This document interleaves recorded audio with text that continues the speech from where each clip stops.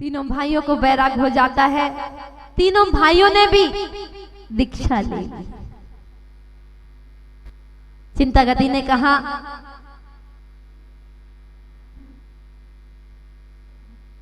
उन्होंने भी जाकर के दमधर नाम के आचार्य के पास जिन दीक्षा ले ली। तीनों भाइयों ने दीक्षा ले ली।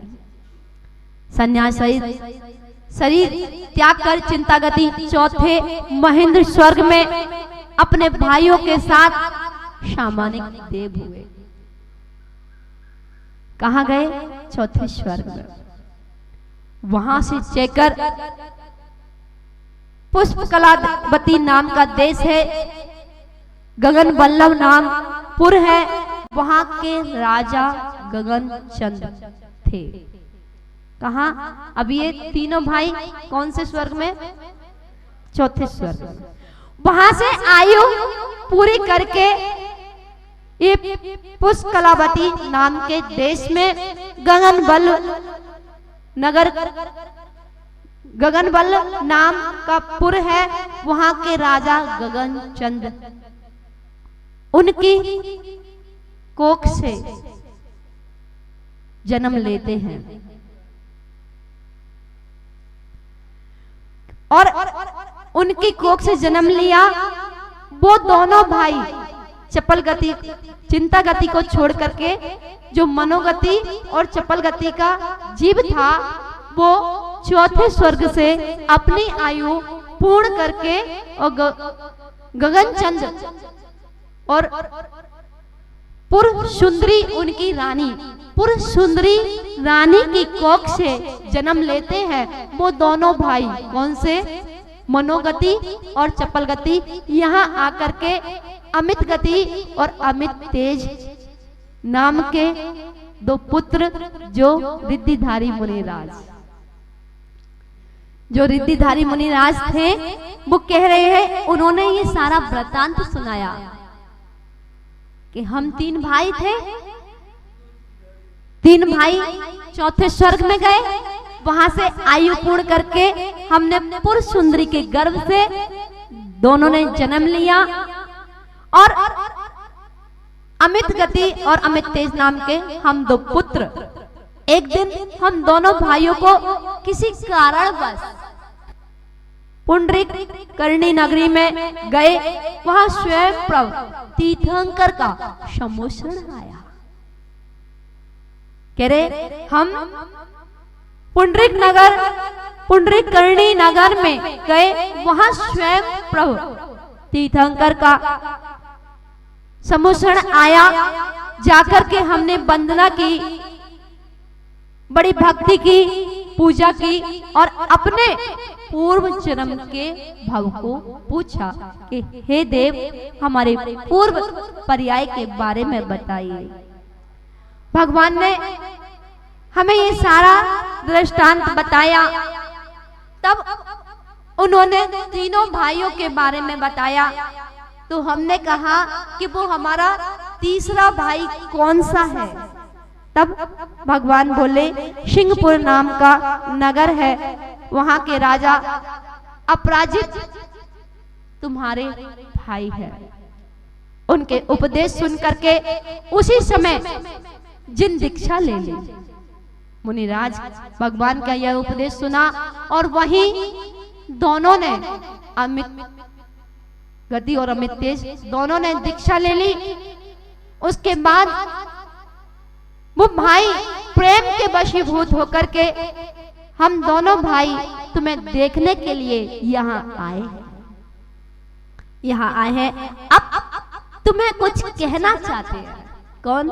वो दोनों भाई, पूर्व पर्याय के दोनों भाई। अब हम आपसे कहना चाहते हैं, हे अपराजित, आप ध्यान से सुनिए।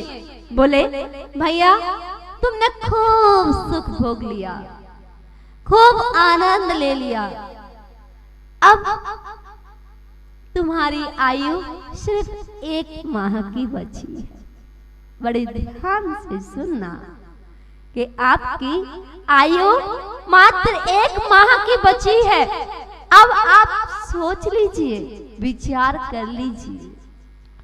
मुनि के वचनों को सुनकर अपराजित बड़े खुश हुए। उसने कहा, पूर्व जन्म के प्रेम के वश होकर, पूर्व जन्म के प्रेम के वश होकर मुझसे मिलने आए हो? इतनी दूर से चलकर आप यहाँ आए हो? मेरे बड़े ही पुण्य का भाग्य, मेरे ही बड़े पुण्य का उदय है। ये मेरा भाग्य है, पुण्य का उदय है कि आप मेरे लिए प्रेम के वशीभूत होकर इस नगर में आए। आप महात्माओं ने कह रहे हैं, आप दोनों महात्माओं ने इस समय मेरा जो उपकार किया है पूर्व भव के कारण, आप पूर्व भव की वजह से मेरे पास मिलने आए हो। आप दोनों महात्माओं ने जो मेरा उपकार किया है, मेरे नगर में आकर के मुझे संबोधन किया है, मुझे जगाया है, मुझे मेरी को प्रभावित किया है। आपका उपकार मुझे स्वीकार है। पूज्य, ऐसा उपकार आपका सरीखे पूज्य पुरुषों को छोड़कर, कह रहे हैं जो महान पुरुष होते हैं उनको छोड़कर और कौन कर सकता है इस उपकार को। आप दोनों बहुत ही महान हैं।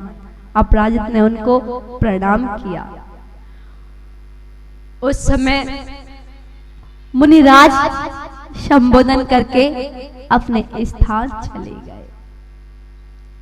अपराजित राजा ने सब राजभार सौंपकर प्रीतिंकर नाम का उनका पुत्र हुआ, उस पुत्र को सारा राजभार सौंप दिया।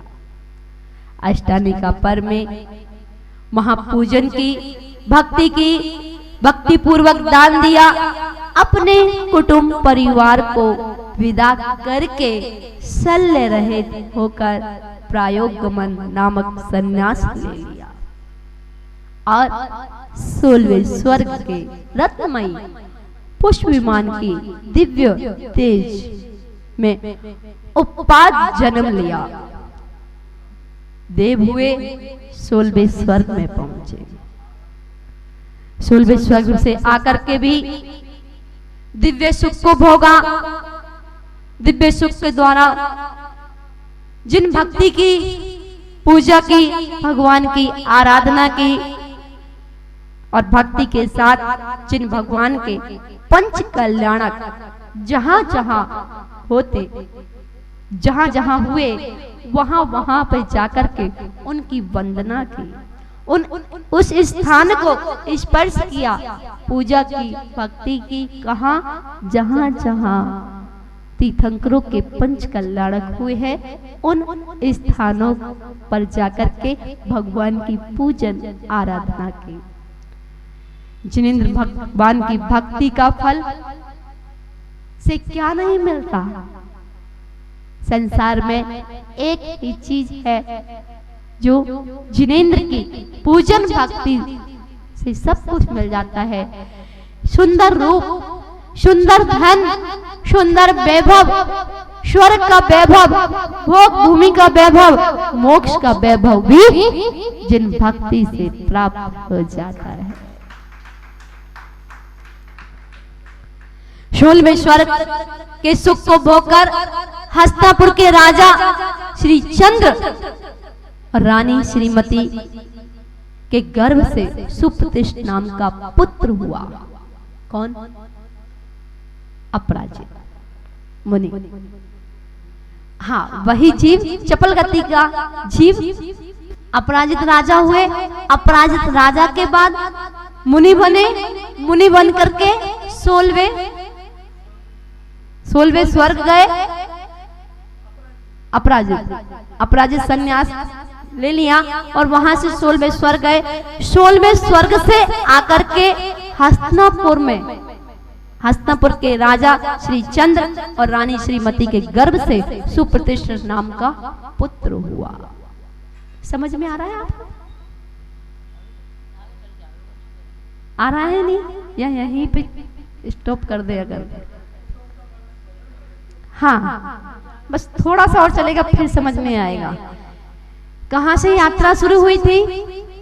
अरहत दास के पुत्र अरिंजय, और अरिंजय की पूर्व कहानी वो 3 भाई, कौन कौन से?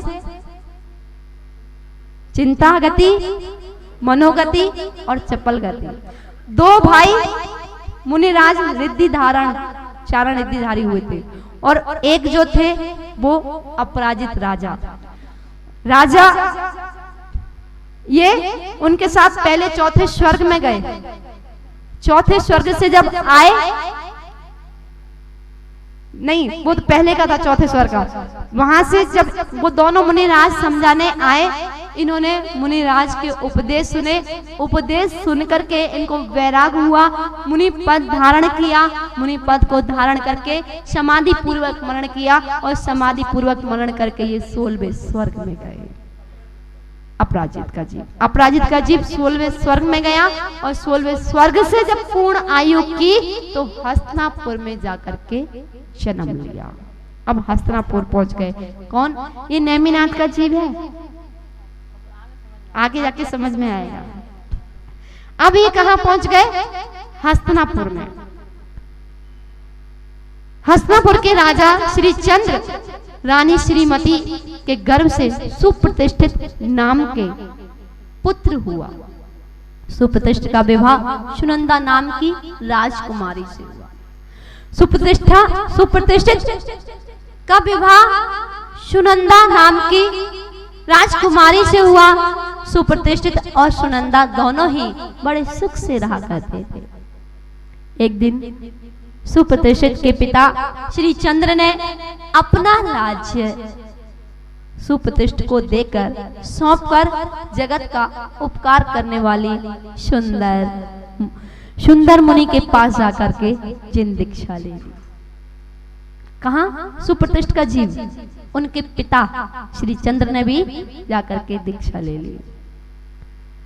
सुप्रतिष्ठित अब राज्य का पालन बहुत अच्छे से करते थे। अपने राजा को, अपने प्रजा को पुत्र की भांति स्नेह दिया करते थे, बड़े अच्छे से राज्य करते थे। पुत्र की तरह प्रजा को प्रेम दिया करते थे। जिन पूजा व्रत उपवास आदि भी किया करते थे। एक दिन सुप्रतिष्ठित राजा ने यशोधर मुनि को विधि पूर्वक आहार दिया। किसने? सुप्रतिष्ठित। एक दिन सुप्रतिष्ठित राजा ने यशोधर मुनि राज को विधि पूर्वक आहार दिया, आहार कराया। उससे उनके यहाँ देवों ने रत्न वृष्टि की। रत्न वृष्टि की, नगाड़े बजाए, शीतल मंद सुगंध वायु बहाई और जय जयकार हुई। कहा? हस्तिनापुर। सुप्रतिष्ठित ने जहां यशोधर मुनिराज को आहार दिए। पात्रदान का फल ऐसा ही होता है, जो आहार दान सुपात्र को देता है, उसके घर में अति से अपने आप हो जाया करता है।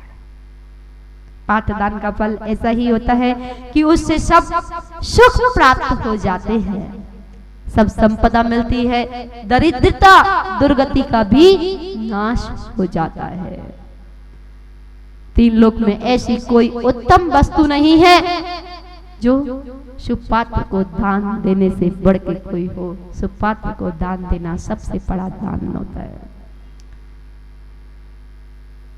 इसलिए हमेशा सुपात्र को दान देना चाहिए। आपके नगर में कभी कोई मुनि महाराज आर्य का संग आए, हर घर में चौका लगना चाहिए।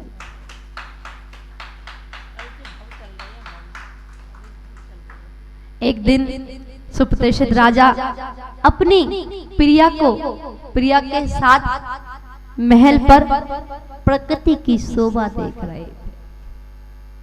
एक दिन सुप्रतिष्ठित राजा अपनी प्रिया के साथ महल पर बैठे प्रकृति की शोभा देख रहे थे, प्रकृति का नजारा देख रहे थे। वह सुंदर नजारा देखते देखते उन्होंने देखा एक उल्का को गिरते हुए देखा। उल्का माने तारा, हाँ, जो चमकता है। वो उल्का को गिरते हुए देखा, मन में बैराग आ गया। उस उल्का को देखते ही मन में विचार करने लगे, ये उल्का क्षण मात्र में नष्ट हो गया। ये पांचों इंद्रियों के विषय क्षण मात्र है, ये सांप के समान प्राणों को नष्ट कर देने वाले हैं। इस प्रकार मन वचन काय से विरक्त होकर सुप्रतिष्ठित ने जिन भगवान का अभिषेक किया, सुपात्रों को दान दिया, यथा योग्य दान दिया। बड़े पुत्र, अब उनके भी बड़े पुत्र सुदृष्टि को राज्य देकर समुंदर मुनि के पास जाकर के दीक्षा ग्रहण कर ली। समुंदर मुनि के पास जाकर के अपने बड़े पुत्र को राज्य सौंपकर समुंदर मुनि के पास जाकर के दीक्षा ग्रहण कर ली। सुप्रतिष्ठित मुनि ने 13 प्रकार का चारित्र धारण कर लिया। बहुत कम समय में 11 अंगों को पढ़ लिया। बहुत कम समय में 11 अंगों को भी पढ़ लिया। 16 कारण भावना भाई और 16 कारण भावना भाने से तीर्थंकर प्रकृति का बंद कर लिया।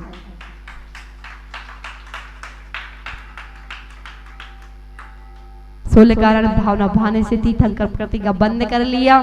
सुप्रतिष्ठित मुनि का जीव अहमेंद्र उसी परम सुख को भोगता हुआ इस प्रकार फिर से अहमेंद्र सुख पूर्वक जयमंत विमान में रहे। अब उनके आगे होने वाले जन्म वंश का वर्णन कल से आपको सुनने में मिलेगा, जिन्हें इंद्र, अहमेंद्र, चक्रवर्ती आदि महापुरुषों ने पूजा, जिनने लोकालोक का स्वरूप जाना है, चारित्र धारण करने में जो सबसे श्रेष्ठ गिने गए हैं, और ध्यानाग्नि से जिन्होंने घात या कर्मों को नष्ट करके जिन्होंने केवल ज्ञान प्राप्त कर लिया है, प्राप्त किया, वे नेमिनाथ भगवान के भव्य जनों को जो संसार का सुख देने वाले होंगे, उनकी ये पूर्व भव की कथा चल रही है। बोलिए पंच परमेष्ठी भगवान की।